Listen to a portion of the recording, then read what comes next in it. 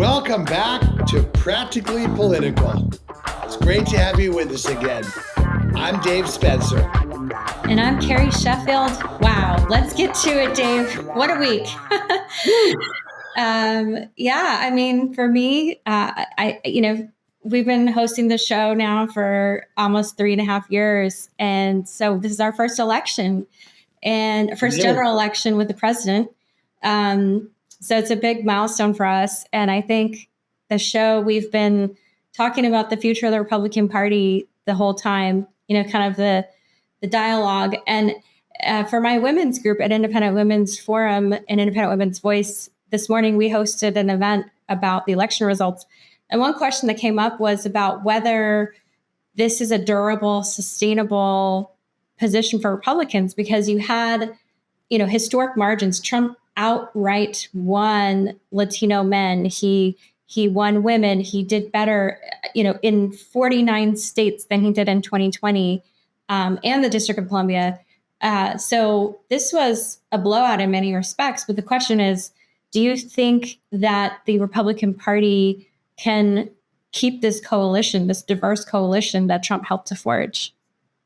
Well, the short answer to that question is no, because I think there's going to be a divergence between what the Republican Party offers and what these voters are actually getting. But let's take a step back. I think there are three mistakes that led to this, and I will rank them from, they're all bad, but we'll do the least bad to the worst. Mistake number three was as far as the campaign, and that was Kamala Harris's strategy. The only chance she had to win was for her to be not the incumbent, for her to be the challenger, for her to be the fresh face, right? Because when you think about the last two vice presidents that ran, George H.W. Bush and Al Gore, they were running after presidents that had 60% low approval ratings, not low 40% approval ratings.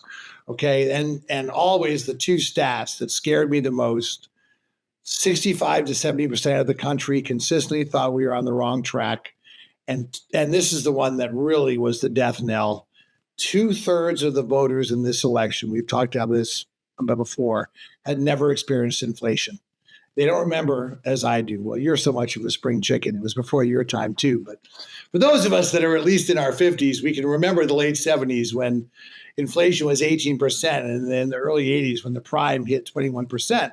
These people have been raised in a world of 3% interest rates, and inflation is a gut punch. And even though most of inflation was not Biden's fault, the bottom line is perception, as we know, trumps, pardon the pun, reality.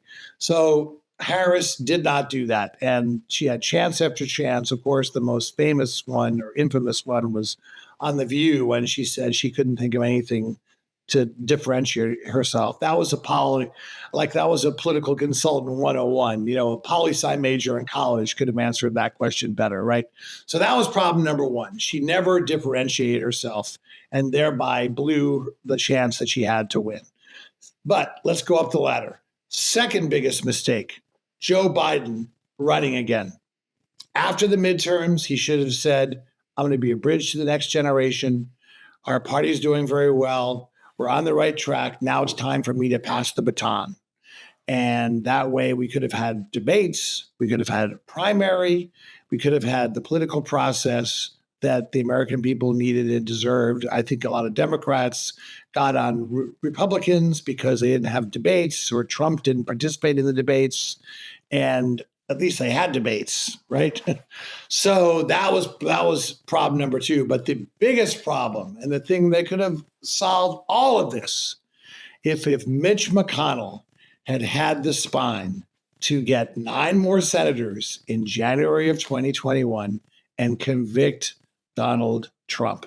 And there were people that weren't running again, like Rob Portman. There were people who weren't up for re-election for 4 or 6 years. He could have got them together, said, look, let's hold hands. We'll do this together. We'll take a hit initially, but then we'll be done with them. We can start to get our party back.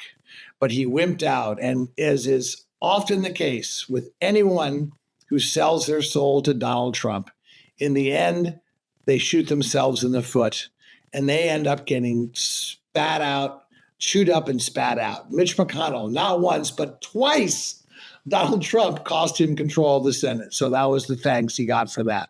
But if Mitch McConnell had had the spine to do what he should have done, we could have avoided all this.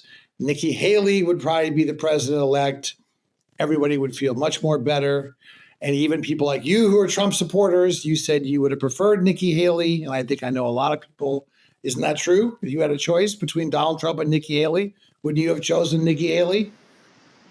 Yeah, I would have. Okay, okay. I would have. Well, that's okay. What was interesting was Nikki Haley said that she said whichever party chooses the younger generation will win. That didn't happen. She basically she was saying that Kamala Harris was going to win, and that didn't happen. So no, I understand, but the point is, if those were the three main mistakes, we could have avoided all this. But having said that, the bottom line is that because she couldn't connect, because she was thought of as the incumbent, she got blamed. Also, I think. She was given her circumstances. She did the best that she could. She was thrust into an untenable situation. She exceeded expectations, but the bottom line is it was a very tough hill to climb because there are so many headwinds. Basically, if the minute that she couldn't be the fresh face, the minute she was only going to be the incumbent, she was doomed.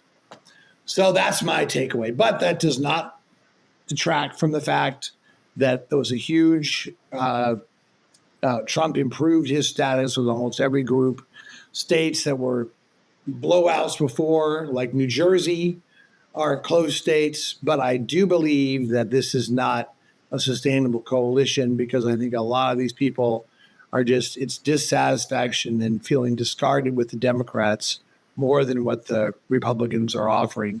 But we'll see. And I think that, again, cults don't outlive the demise of their leaders. So it'll be interesting to see what happens going forward in 2028, because I do believe that as little as I think of Trump in terms of his abilities as a leader and politician, I don't think this is going to be the last election we have. And I do think that there'll be another candidate who will stand in 2028. But anyway, that's a very long-winded response. What say you? Well, I think for me, I don't see the outcome as a problem in the sense that I'm happy that Trump won over Harris. You know, that's the thing, the line that Biden would say often in 2020, don't compare me to God Almighty, compare me to the alternative. And so for me, the Kamala Harris alternative was an easy choice to vote for Donald Trump because at the end of the day, you're voting for 5,000 people who will be appointees. You're not just voting for one man. You're voting for a worldview. That's what Biden even said in his Oval Office remarks this week. He said, you're voting for a vision. And so when you're looking at the gains that Trump got, for example, among Black men, he eroded the victory that Hillary Clinton won Black men by 69 points. Biden won them by 60 points. Harris won them only by 56 points. So that's a major erosion of 14 points over since Trump's been on the scene. And then Latino men, there was an even more significant swing, starting with Hillary Clinton. Clinton for Latino men beat Trump, but he beat her, but still she won with Latino men by 31 points. Biden won Latino men by 23 points. And then this year, Trump flipped it and he beat Harris by 12 points.